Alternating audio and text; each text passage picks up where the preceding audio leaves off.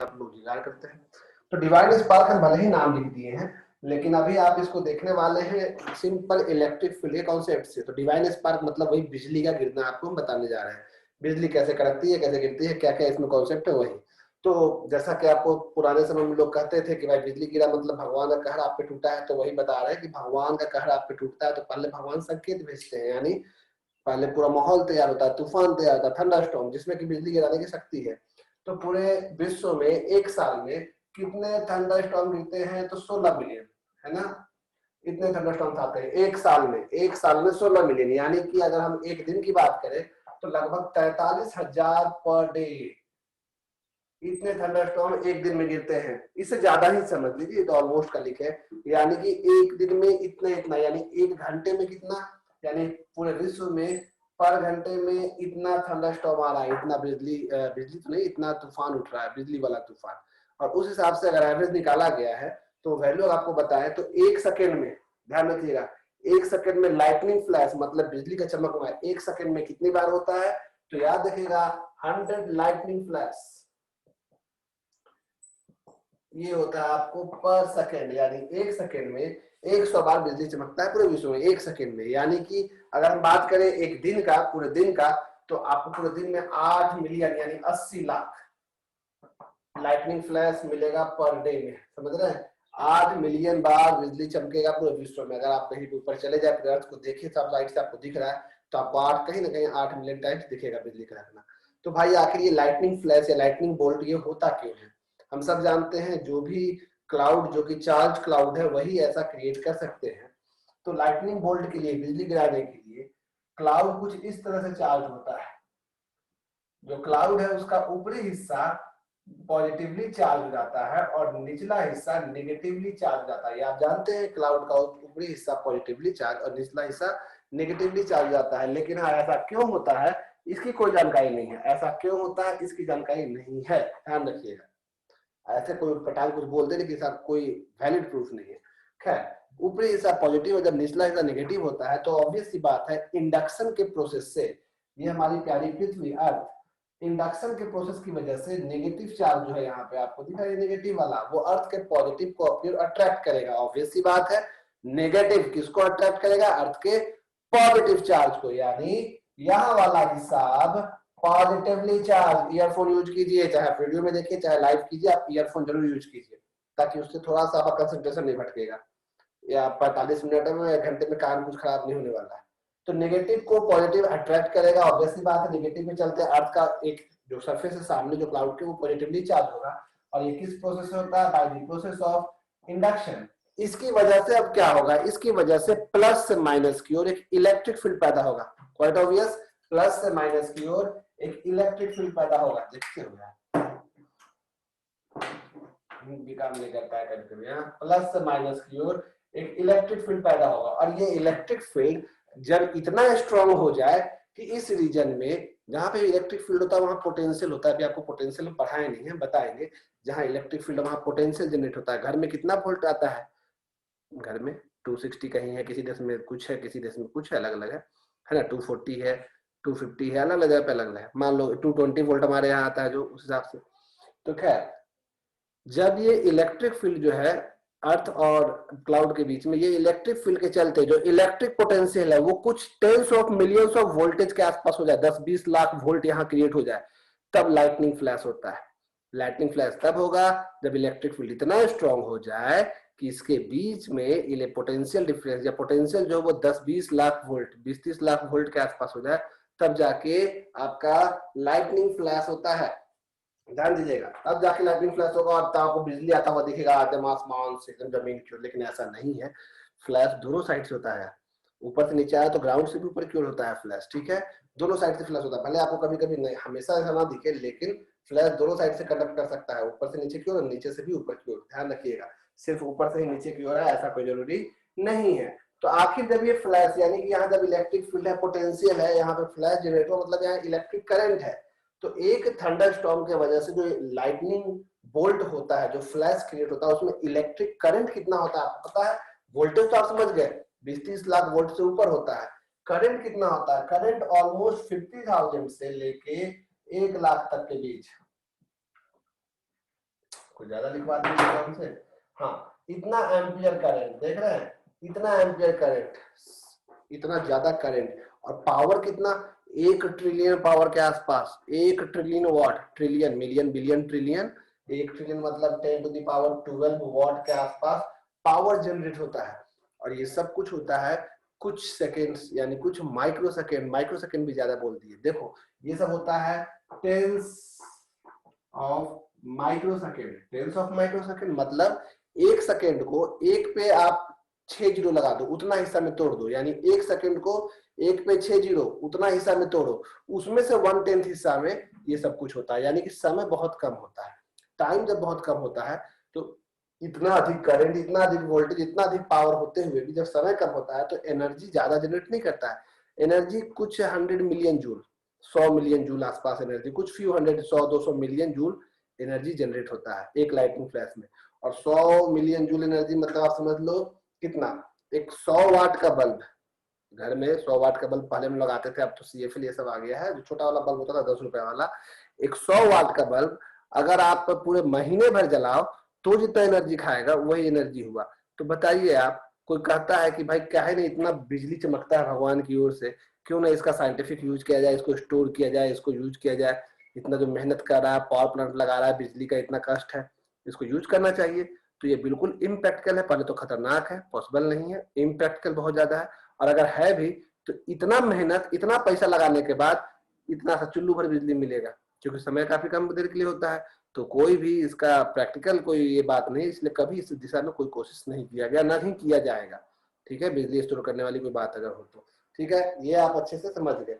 अब देखिए होता क्या है, जब भी एक लाइटनिंग बोल्ट होता है, कहीं भी बिजली गिरा है, एकदम लाइटनिंग बोल्ट खतरनाक है ना, कहीं भी लाइटनिंग बोल्ट होता है अगर, तो उस केस में उस एटमॉस्फेयर का टेम्परेचर काफी अधिक बढ़ जाता है उस लाइटनिंग बोल्ट की वजह से। इतना अधिक वोल्टेज ऑब्वियस सी बात है बढ़ेगा, और पावर इतना अधिक जनरेट होता है तो, और वहां पे कितना टेम्परेचर हो जाता है आपको पता है, लगभग लगभग 5000 डिग्री सेल्सियस से टेम्परेचर जाता है 20,000 डिग्री सेल्सियस तक। यानी कि लाइटनिंग बोल्ट से टेम्परेचर वहां पे इंक्रीज होगा। ये कल वाली क्लास में भी सेम बात बोले हैं, इसीलिए हमको दोबारा बोलना पड़ता है एक ही कहानी, ताकि उस क्लास से इस क्लास में कुछ अंतर ना हो। इसलिए हर बात एग्जाम्पल हम सेम ही बोलेंगे, ताकि आप किसी भी क्लास में आपको दिक्कत ना हो। 5000 से 20,000 डिग्री सेल्सियस तक टेम्परेचर पहुंच जाता है, डिपेंड करता है, लाइटनिंग फ्लैश हर बार इतना स्ट्रॉन्ग तो होता नहीं है, लेकिन हाँ शुरुआत 5000 डिग्री सेल्सियस से 20,000, पता है 20,000 डिग्री सेल्सियस जो टेम्परेचर है ये कितना है, अंदाज लगाने के लिए सन के सरफेस का टेम्परेचर का तिगुना है। ये सन के सरफेस का टेम्परेचर, सूरज के सरफेस का टेम्परेचर का तिगुना है। जब इतना ज्यादा टेम्परेचर कहीं पे जनरेट होता है तो उस जगह पे बहुत हाई प्रेशर वेव क्रिएट होता है, एटमॉस्फेयर में बहुत हाई प्रेशर वेव क्रिएट होता है, और इतना हाई प्रेशर वेव क्रिएट होता है कि वो मूव करेगा, वेव क्रिएट हुआ तो वेव फैलेगा और आसपास के कूलर एयर पे जाके स्ट्राइक करेगा, और जब वो कूलर एयर पे जाके स्ट्राइक करता है तो बहुत जोरदार आवाज करता है, जिसको उनके बच्चे आप और हम लोग सब डर जाते हैं, ऑब्वियस सी बात है। अब लाइटनिंग फ्लैश जो हुआ, लाइटनिंग बोल्ट जो गिरा वो कितनी दूरी पे गिरा ये भी आप जानते हैं, कि भाई हमको वहां पे फ्लैश दिखाई दिया लेकिन सुनाई नहीं दिया जो आवाज, तो आप क्योंकि वो बहुत तेजी से होता है ना, प्रेशर वेव क्रिएट होगा, तुरंत कूलर एयर से टकराएगा, आवाज तुरंत जनरेट होता है, तो वो आवाज आपके कानों में अगर 3 सेकंड बाद आया तो आप तुरंत देखते हैं अच्छा साउंड का स्पीड है पर सेकंड 330 मीटर पर सेकंड, 1 2 3 सेकंड बाद आया है तो इतना से मल्टीप्लाई करो, अच्छा 1 किलोमीटर दूर बिजली गिरा है, वो 5 सेकंड बाद सुनाई दिया यानी कि बिजली है तो 4 किलोमीटर दूर गिरा है। इस तरह से आपको समझ में आ जाता है कि लाइटनिंग फ्लैश कितने किलोमीटर दूरी पर हुआ है, या आप डिस्टेंस का अंदाज लगा सकते हैं, ये आप सब जानते हैं। खैर लाइटनिंग फ्लैश में इतना अधिक टेम्परेचर जनरेट होने का कारण क्या है आपको समझ में आ गया, लाइटनिंग फ्लैश इतना हाई वोल्टेज पे होता है, जनरेट होता है, और इसके बाद सरफेस, सन के सरफेस का टेम्परेचर का तिगुना है, इसलिए अगर ये कोई पेड़ पे गिरता है पेड़ को तुरंत खत्म कर देता है, भस्म कर देता है। अब बात उठता है कि हम अगर जूता पहन के रखेंगे रबर वाला तो हम बच जाएंगे बिजली गिरने से, इतना अधिक टेम्परेचर वाला बिजली आप पे गिरेगा इतना हाई वोल्टेज पे तो आपके जूते को भी ये कंडक्ट करवा देगा और आपको तुरंत जला देगा, यानी कि आपको वेपराइज कर देगा अगर इतना अधिक वोल्टेज पे गिरा। एक सवाल उठता है कि अगर मान लीजिए बिजली गिरा, मौसम खराब है और बिजली कड़क रहा है, कार पे आप बैठे हुए हैं तो बिजली गिर रहा है तो आप कार पे बैठे ही रहेंगे या उतर के आप किसी खुले मैदान में चले जाएंगे या पेड़ के नीचे चला जाएंगे, तो कुछ ऑप्शन सब आ जाता है। तो बिजली अगर किसी कार पे गिरता है तो क्या बचने के चांसेस है, क्या कार में कुछ नुकसान होगा या नहीं होगा या बचेंगे? तो कई लोग कहते हैं कार के चक्के चूंकि रबर टायर के हैं तो इसलिए कंडक्शन नहीं होता, बचने का चांस है, इसलिए कार में ही रहो। कारण सही है, कार में बात सही है, कार में रहो, लेकिन चक्के रबर के हैं ये कारण सही नहीं है कि वो कंडक्शन नहीं करते, क्योंकि जिस हाई वोल्टेज पे ये गिरता है और जितना अधिक पोटेंशियल डिफरेंस जनरेट होता है, जो चक्के जो नॉन कंडक्टिंग है रबर वो भी कंडक्टिंग हो जाता है, इलेक्ट्रिसिटी पूरा ग्राउंड तक कंडक्ट हो जाता है पूरा। तो फिर कार में देखिए एक बहुत अच्छा इफेक्ट है, उसको हम लोग कहते हैं स्किन इफेक्ट, ध्यान रखिएगा, वो आगे आपको हम पढ़ाएंगे। उस इफेक्ट का नाम है, क्या नाम है उस इफेक्ट का नाम? Skin effect. ध्यान सुनिएगा, ये टॉपिक ना कुछ लिखने वाला ना कुछ, ये चूंकि आपके सिलेबस से सुनने या समझने वाला हिस्सा, इसलिए हम हर बार कुछ कुछ ऐसे साइड वाला टॉपिक बताते रहेंगे आपको, जिसको कि ना नोट करना ना कुछ सुनना है। तो कल के क्लास के बाद भैया इसमें लिखना क्या था, अरे आप मिटा दिए भैया, हेडिंग बताइए, ये सब बकवास किया, गोली मार देंगे, बिजली तुम्हारे ही ऊपर गिरवाएंगे हम। खैर हम कुछ बोल रहे थे, हम क्या बोल रहे थे, हाँ स्किन इफेक्ट, हम बोल रहे थे स्किन इफेक्ट। स्किन इफेक्ट क्या होता है? देखिए स्किन इफेक्ट है कि किसी भी कंडक्टर में जब बिजली जाती है, किसी भी कंडक्टर में करंट जाता है, तो करंट कभी भी कंडक्टर के अंदर से होकर नहीं जाता है, वो उसके सरफेस पे ही रहता है, आउटर सरफेस पे, इसको स्किन कह सकते हैं। यानी करंट जब भी किसी कंडक्टर से फ्लो करता है तो सिर्फ उसके आउटर सरफेस पे फ्लो करता है, और इसी को हम लोग कहते हैं कौन सा इफेक्ट? Skin effect. करंट हमेशा आउटर सरफेस से फ्लो करता है, इसीलिए इसको हम लोग कहते हैं स्किन इफेक्ट। ध्यान सुनिए, एकदम कल वाला एग्जैक्ट कॉपी बता रहा है आपको, कुछ भी अलग नहीं, ध्यान सुनिए। तो इसको कहते हैं स्किन इफेक्ट। स्किन इफेक्ट क्या होता है? जब करंट किसी भी कंडक्टर से गुजरता है तो कंडक्टर के अंदर उस गुजरने का अलाउंस नहीं है, वो सिर्फ किनारे किनारे गुजरेगा। आपकी गाड़ी जो है, आपकी गाड़ी, ये आप सब चाहे तो कुछ भी स्क्रीनशॉट ले सकते हैं, वैसे कुछ बड़ा बात नहीं है, नॉर्मल सा कॉन्सेप्ट है आपको ये बताने के लिए कि कितनी बार ये घटनाएं होती हैं और कितनी ज्यादा अमाउंट में। देखिए जैसे आपकी गाड़ी है, गाड़ी पे बिजली गिरा भाई, तो बिजली जब गिरेगा इस पे, ठीक है, तो बिजली जब गिरेगा तो ये कंडक्ट जो होगा इसमें इलेक्ट्रिसिटी, वो सिर्फ सरफेस पे होगा, ऊपर ऊपर, क्योंकि पूरा का पूरा कार मेटल का बना हुआ है। अब ज्यादा स्टाइल वाला कार है और कहीं फाइबर ज्यादा यूज हो गया है तो आपको बचना तय नहीं है। पूरा मेटल कार है, इलेक्ट्रिसिटी से बाहर ही बाहर रहेगा और आप अंदर में कंडक्ट इलेक्ट्रिसिटी नहीं करवा पाएंगे, यानी आप अंदर में सेफ रहेंगे, बिल्कुल सेफ, अंदर में आपको कोई दिक्कत नहीं होगा। इसीलिए अब बहुत ज्यादा वोल्टेज है, बहुत ज्यादा पावर का इलेक्ट्रिसिटी है, तो ऑब्वियस की बात है फ्यूल टैंक पास करंट जाएगा, फ्यूल टैंक में ब्लास्ट होगा और कार उड़ जाएगा, ये तो अलग चीज है। लेकिन नॉर्मल केस में बचने के चांसेस क्यों है? क्योंकि ये ऊपर ऊपर ही इलेक्ट्रिसिटी कंडक्ट करता है। देखिए ऐसा होता है कि प्लेन व्लेन जब उड़ता है, एरोप्लेन, तो एरोप्लेन की खासियत है कि अब उड़ रहा है तो उसको भी खतरा है भाई बिजली से, उसके ऊपर भी थंडरिंग वोल्ट या इलेक्ट्रिसिटी गिर सकता है। कौन सा इफेक्ट है? Skin effect. इसीलिए आप प्लेन भी है तो पूरा मेटल का बना हुआ है वो भी, उसमें भी कौन सा इफेक्ट आपको देखने को मिलता है? Skin effect. प्लेन भी जो है लाइटनिंग के, लाइटनिंग मतलब बिजली के कांटेक्ट में आता है, साल में एक बार तो जरूर ये घटना होता है। कई घटनाओं को कैमरे में कैद किया गया है, हम भी यहाँ पे रिकॉर्ड करके रखे हैं, आपको दिखा देंगे, रिकॉर्ड मतलब डाउनलोड करके, अपलोड करके, जो भी कहिए। तो ऐसा होता है, जैसे आपको हम कुछ दिखा रहे हैं, आप स्क्रीन शेयर करके, कि कैसे कोई कोई प्लेन, दो ही फोटो कल भी दिखाए थे जो वीडियो, वही आपको भी दिखा रहे हैं। ये देखिए आप, शायद ये था, देखिए इसको,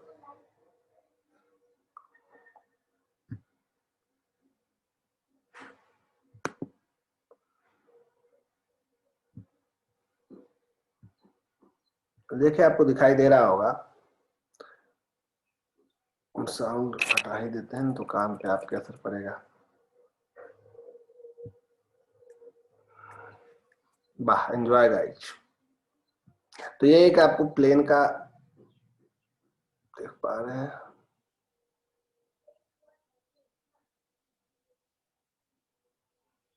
तो ये भी एक था जो लाइटनिंग आपको दिख रहा है इसमें।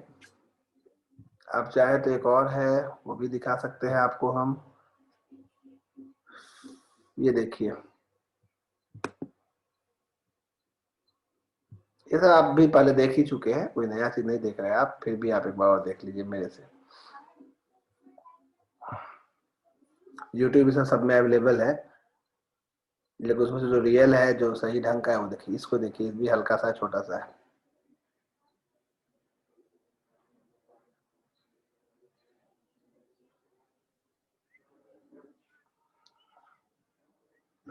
इसमें बिजली गिरा ही नहीं, क्या बात है, बच गया ये। हाँ देखो, आया चपेट में, कुछ हुआ, बिंदास जा रहा है।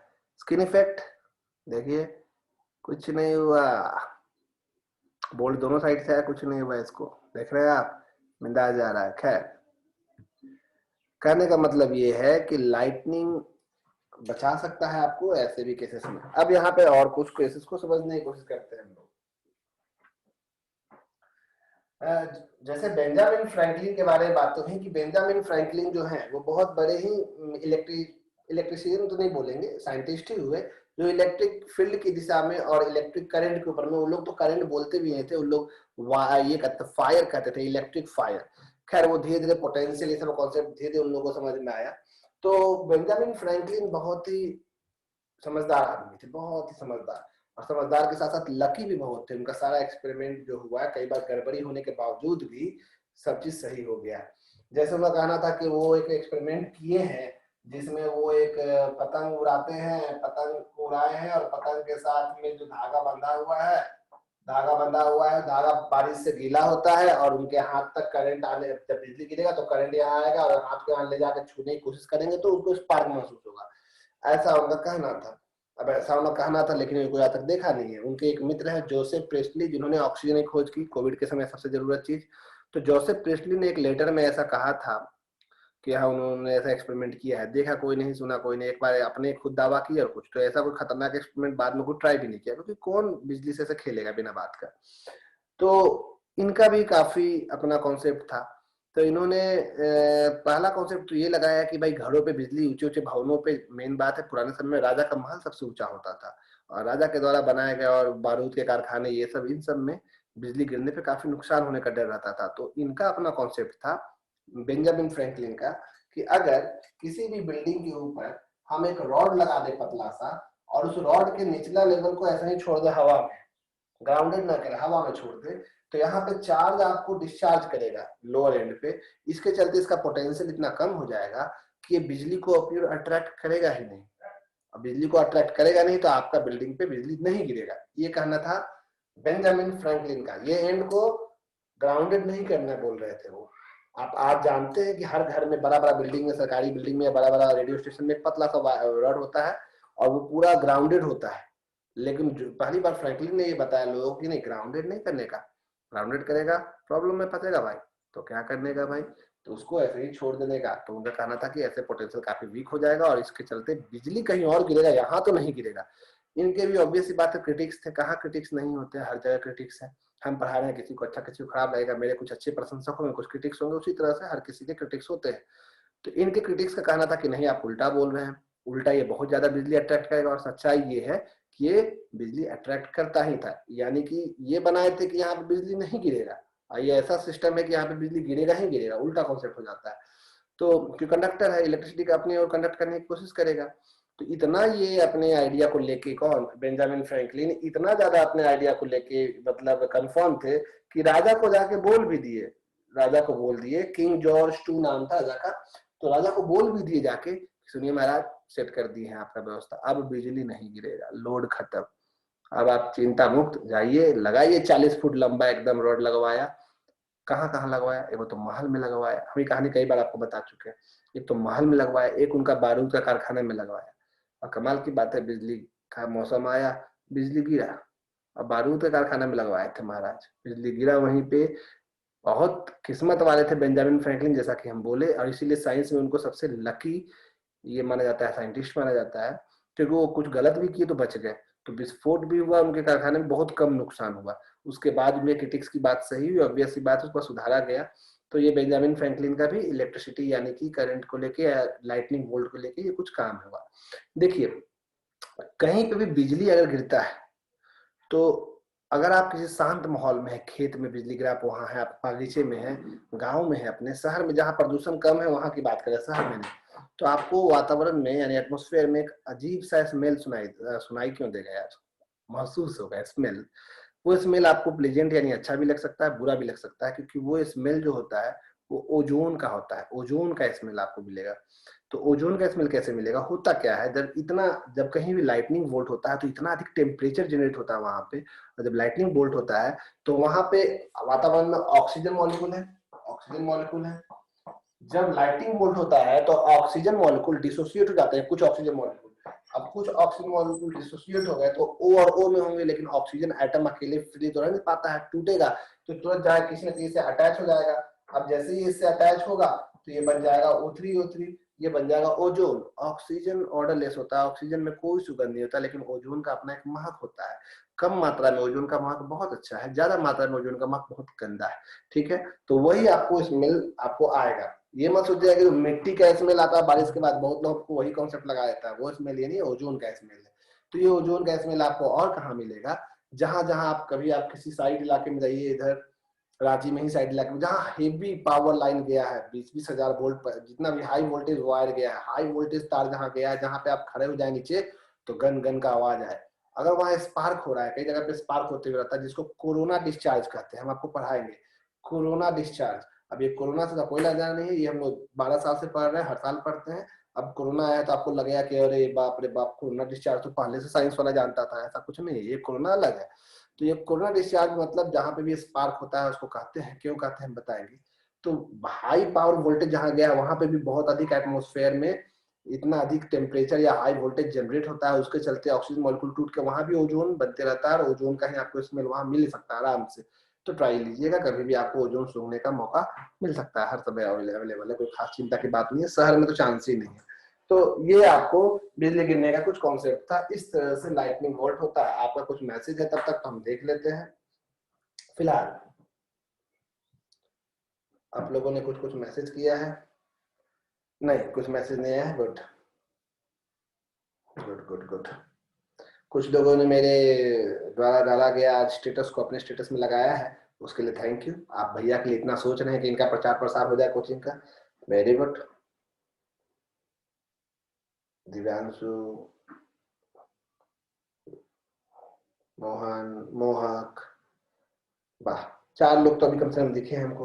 अच्छा लगा, सबको लगाना नहीं, मतलब बोले कि उनके लिए थैंक यू, इसलिए कि वो क्लास कर रहे हैं तो उनको लगेगा ना कि भैया के लिए लगाया है, तो अच्छा लगे उनको बोलते उनके बारे में। खैर, तो ये जो बिजली गिरता है ये आप देखोगे, अगर इसको डिवाइड किया गया है 2 कैटेगरी में। जो है वो है, एक है रेड स्प्राइट्स। रेड स्प्राइट जो है वो ऑरेंज का दो कलर का होता है, रेडिश ऑरेंज, रेड स्प्राइट। और एक होता है ब्लू जेट, जो आपको ज्यादातर दिखता है ब्लू जेट। ब्लू जेट जो है बिजली गिरना, तो ब्लू जेट जो होता है वो हमारे अर्थ के सरफेस से 40 से 50 किलोमीटर की ऊंचाई पे दिखेगा। रेड स्प्राइट और ऊंचा पे दिखता है। रेड स्प्राइट जो होता है वो एक एक रेड स्प्राइट करीब करीब 80-80 किलोमीटर, 60-60 किलोमीटर लंबा होता है। 60 किलोमीटर समझ रहे हैं लंबाई, मतलब वहां से 60 किलोमीटर लंबा आपको फ्लैश दिखेगा। तो रेड स्प्राइट काफी लंबा भी होता है, काफी ऊंचाई पे बनता है। ब्लू जेट आपको दिखे, रेड स्प्राइट आपकी आंखों में डायरेक्टली आपको नहीं दिख सकता है, कभी कभी आपको रेड स्प्राइट अगर दिख भी जाए तो आप समझ लीजिए सुपर स्लो मोशन कैमरे से दिखेगा, कुछ जैसे आप कुछ इमेजेस या कुछ वीडियोज आपको हम दिखा रहे हैं रेड स्प्राइट कैसा दिखता है। ब्लू जेट तो आप देख ही रहे हैं, स्क्रीन शेयर कर रहे हैं।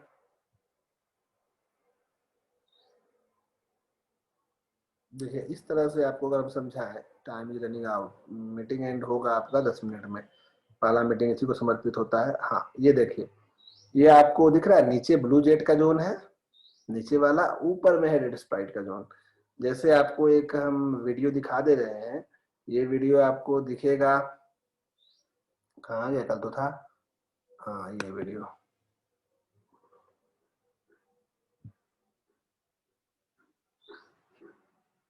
ओके। नहीं ये तो आप देख चुके भाई, कितनी बार देखोगे इसको। ओह,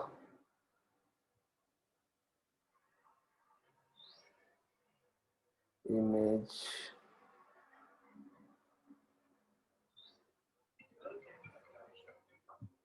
किसी ने कॉल किया, 1 मिनट, एक कॉल आ रहा है। हाँ हेलो, हाँ हाँ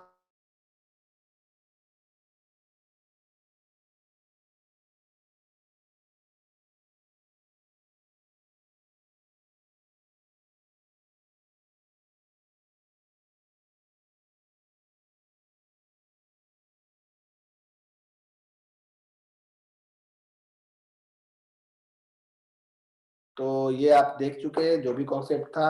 अब अगले मीटिंग में आपको क्या देखना है, गॉस लॉ। तो अगले मीटिंग को ज्वाइन कीजिए, उसमें आपको गॉस लॉ हम दिखाते हैं, ठीक है। अगले मीटिंग को ज्वाइन कीजिए, 2-3 मिनट समय आप ले सकते हैं आराम करने के लिए, पानी वानी पीने के लिए। इसमें 2 मिनट बचा हुआ है, इसलिए इस मीटिंग में काम नहीं कर रहे हैं।